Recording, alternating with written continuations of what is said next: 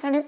Alors déjà, très bonne année à vous tous. Je vous souhaite plein de bonnes choses et toujours de garder la tête dans les étoiles pendant cette année 2021. Alors dans le ciel se trouvent des milliers d'objets fascinants, que ce soit des galaxies spirales, des galaxies barrées, des nébuleuses planétaires, des amas d'étoiles, des amas globulaires, des amas ouverts. Tout ça, vous pouvez les observer, que ce soit avec un télescope, avec des jumelles ou simplement juste avec vos yeux pour certains objets. Vous pouvez les photographier, vous pouvez les dessiner. Le seul prérequis, c'est de savoir où ils se trouvent dans le ciel.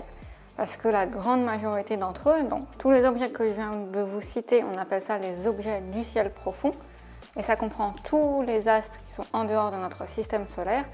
Et le truc, c'est que vu depuis la Terre, ils sont très peu lumineux. Donc si vous ne savez pas où ils sont précisément dans le ciel, eh ben, vous ne pourrez pas les observer. Donc c'est pour ça que trouver ces objets-là, savoir où ils sont, c'est la base vraiment pour pratiquer l'astronomie. Et ça tombe bien parce que c'est justement ce qu'on va voir tout de suite dans cette vidéo.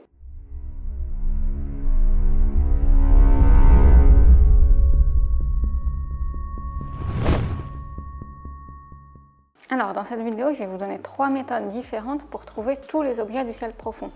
Mais juste avant, il y a un point qui est hyper intéressant qu'il faut que vous connaissiez, c'est comment vous faites pour choisir quel objet observer et surtout lesquels vous allez pouvoir voir en fonction de votre matériel.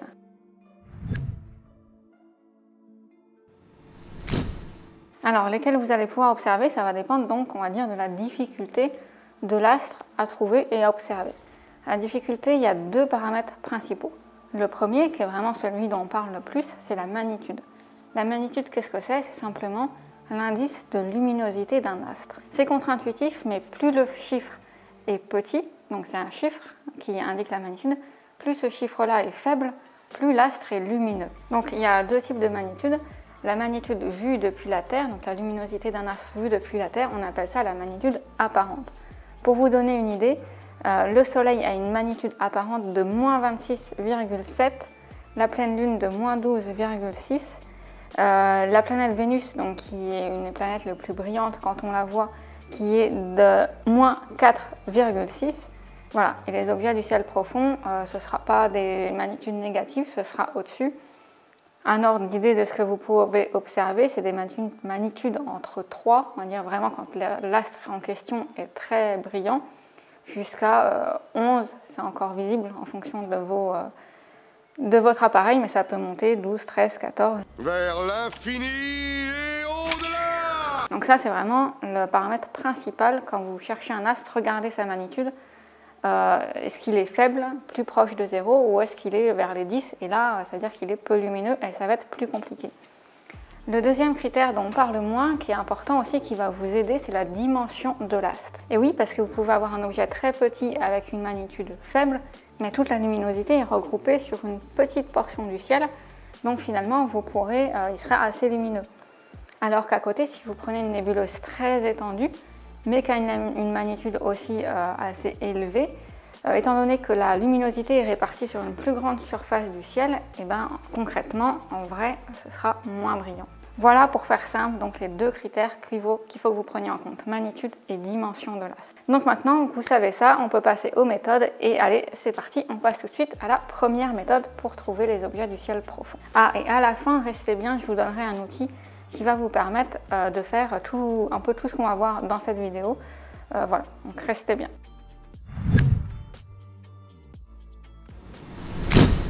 Alors la première méthode pour trouver les objets, c'est simplement d'utiliser une application mobile. Vous en avez peut-être déjà utilisé quand vous allez sur l'App Store ou le Play Store, où vous cherchez carte du ciel, par exemple, sur votre téléphone. Et là, vous allez avoir il existe plein d'applications. Et donc voilà, avec ces applications-là, vous allez pouvoir trouver certains objets, ça dépend, ils sont plus ou moins fournis. Donc voilà, c'est la première façon de faire. L'avantage de cette méthode, c'est que c'est hyper simple, n'importe qui peut le faire. C'est-à-dire que vous téléchargez l'application, vous cherchez, vous tapez, soit vous tapez un nom, par exemple Galaxie d'Andromède, soit vous vous baladez dans le ciel. Généralement, ça utilise la réalité augmentée. Donc vous levez votre téléphone vers le ciel et vous balayez comme ça. Et normalement, c'est à peu près l'endroit l'astre sera à peu près à l'endroit indiqué. Je dis à peu près parce que l'inconvénient de cette méthode, c'est que c'est vraiment pas précis. Donc ça va, voilà, pour des astres assez faciles, pour commencer.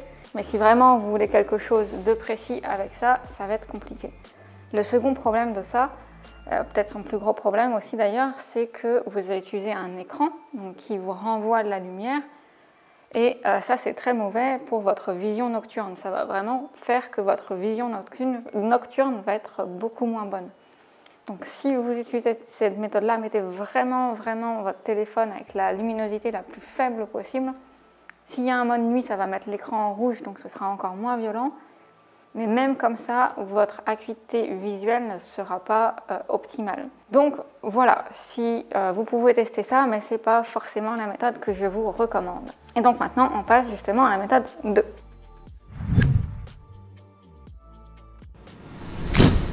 Alors la seconde méthode s'appelle la méthode du cheminement d'étoiles. Son principe, ça va être de tracer, comme son indique, un chemin qui va d'étoile en étoile dans le ciel. Je vous en reparle plus en détail un peu plus loin dans la vidéo. Ses avantages, donc c'est très précis. D'ailleurs, c'est la méthode qui est la plus utilisée par les astronomes parce que vraiment, vous pouvez trouver absolument tous les objets une fois que vous avez bien compris comment ça marche et que vous avez un peu l'habitude. C'est faisable avec n'importe quel instrument. Bon, à l'œil nu, c'est pas forcément pertinent, même bon, voilà, si ça peut. Aux jumelles, ça peut commencer à être utile pour certaines cibles et surtout pour des télescopes, que ce soit des télescopes à faible grossissement ou des télescopes à fort grossissement.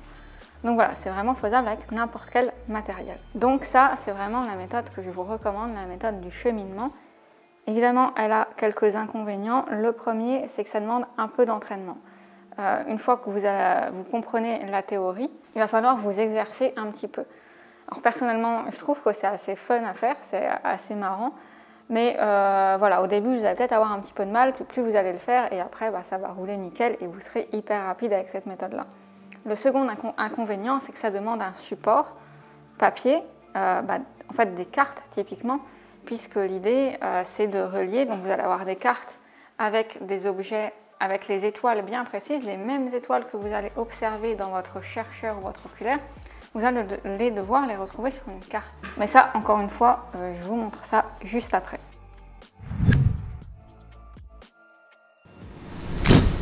Et donc enfin, la troisième méthode, ça s'appelle le repérage aux coordonnées célestes.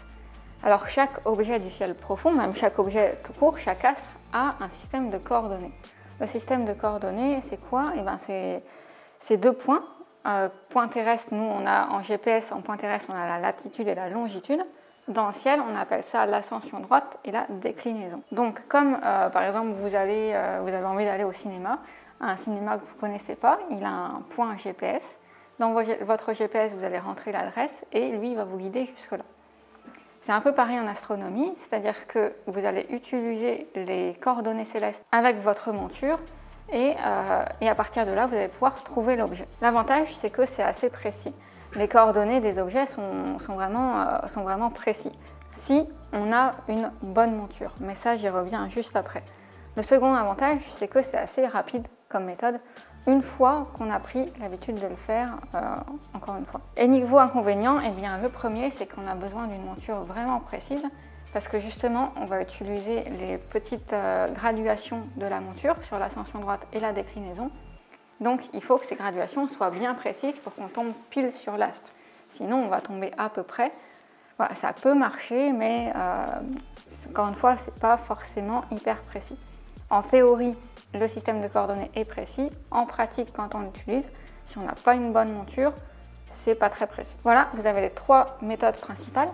Alors, petit bonus, vous l'avez vu, je n'ai pas parlé du GoTo, simplement parce que tout le monde ne peut pas le faire. C'est vraiment une méthode à part qui nécessite un matériel à part qui coûte assez cher. À savoir donc que le GoTo, c'est un système avec une raquette de commande où il y a tous les objets dedans. Donc, vous sélectionnez votre objet et votre télescope va pointer l'objet directement. Encore une fois, en pratique, ce n'est pas aussi simple. C'est-à-dire qu'il faut paramétrer votre monture avant. Donc, si vous dites, moi, je ne veux rien faire, j'appuie sur un bouton et bam, mon télescope il vise l'astre, ce ne sera pas comme ça. Il faudra que vous appreniez à régler et à utiliser le GoTo. c'est pas infaisable, loin de là, mais voilà. Alors, je vous parlais d'un outil pour faire ça. Et bien, le voici. Avec Marion, on a créé ce qu'on a appelé des fiches pratiques des constellations qui permettent justement d'apprendre à repérer les objets célestes. Mais pas que. En fait, l'idée, c'était vraiment de créer un outil tout en un qui évolue avec vous, qui vous sert quand vous débutez, quand vous commencez tout juste l'astronomie, jusqu'à temps que vous en ayez besoin. Donc vraiment longtemps, c'est-à-dire qu'avec ça, vous allez vraiment pouvoir trouver des objets simples et des objets compliqués. Donc voilà, c'est fait pour évoluer avec vous et durer des années. Alors, quand on commence l'astronomie, le premier truc à faire, c'est d'apprendre à repérer les différentes constellations. Donc ça se fait avec la carte d'identité de la constellation. Vous avez tous les éléments, la période d'observation, des explications de repérage, des éléments pour apprendre à connaître la constellation et un schéma de repérage pour repérer la constellation en fonction d'autres ou pas. Et donc avec ça, vous avez les deux méthodes, repérage par chemin d'étoile et repérage par coordonnées. Les coordonnées, en fait, je vous en parlais, je vous montre à quoi ça ressemble, les coordonnées célestes. Voilà, ça ressemble à quelque chose comme ça. Donc vous avez l'ascension droite en heures, minutes, secondes et la déclinaison en degrés. Et donc là, vous voyez, on a aussi la magnitude dont je vous parlais et la dimension. Donc voilà, ces deux éléments-là vous servent à savoir si l'objet est complexe ou non, mais c'est surtout la magnitude en fait qu'on utilise. Et surtout, le principe avec ces fiches, c'est justement, on a fait des cartes qui vous permettent d'utiliser la méthode du cheminement d'étoiles. Donc voilà comment ça marche en fait. Vous avez une grande carte comme ça. Tous les points que vous voyez, c'est des étoiles qui existent en vrai, que vous verrez vraiment. Donc pas à l'œil nu, parce que là, c'est vraiment, on a zoomé sur une portion du ciel, mais que vous allez voir dans votre chercheur ou dans votre oculaire. Et donc l'idée, voilà, c'est avec une carte comme ça, que vous fassiez vos propres schémas, vos propres chemins qui vont d'étoile en étoile, pour accéder à tous les objets profonds qui vous intéressent. Là, on a plus de 250 objets, donc de quoi faire pour vous occuper pendant des années. Voilà, toutes les fiches sont répertoriées par période d'observation. Donc ça, c'est des constellations circumpolaires qu'on voit toute l'année. Là, il y a les constellations d'hiver, avec le printemps, l'été, etc., etc. Voilà, donc évidemment, vous n'êtes pas obligé d'utiliser les fiches. Nous, c'est quelque chose qu'on a créé d'abord pour nous, et je sais qu'il y a déjà plein de gens qui les ont et qui sont super contents et ça les aide. Donc voilà, si c'est quelque chose qui peut vous intéresser, dans cette vidéo, on vous offre une fiche en fait, pas juste une fiche, hein, toute une constellation, donc avec plusieurs objets du ciel profond, les cartes de repérage, etc. Donc voilà, vous pouvez récupérer ça, télécharger ça gratuitement, je vous mets un lien ici et un lien dans la description pour récupérer une fiche gratuite. Voilà, donc peu importe la méthode que vous utilisez, que ce soit avec une application, avec des cartes, avec les fiches, avec les coordonnées célestes, peu importe, il faut que vous trouviez une méthode qui fonctionne pour vous. Tout le monde n'utilise pas la même si c'est vrai que le cheminement est quand même beaucoup plus utilisé que les autres. Mais voilà, ça peut un peu faire peur au début, ne vous découragez pas, c'est un coup à prendre et après ça roule. Pensez à télécharger donc votre constellation gratuite. Il y a généralement 5 voire plus, minimum 5 fiches par constellation. Et sinon, j'espère que tout ça aura pu vous aider. Et je vous dis à très vite et gardez la tête dans les étoiles.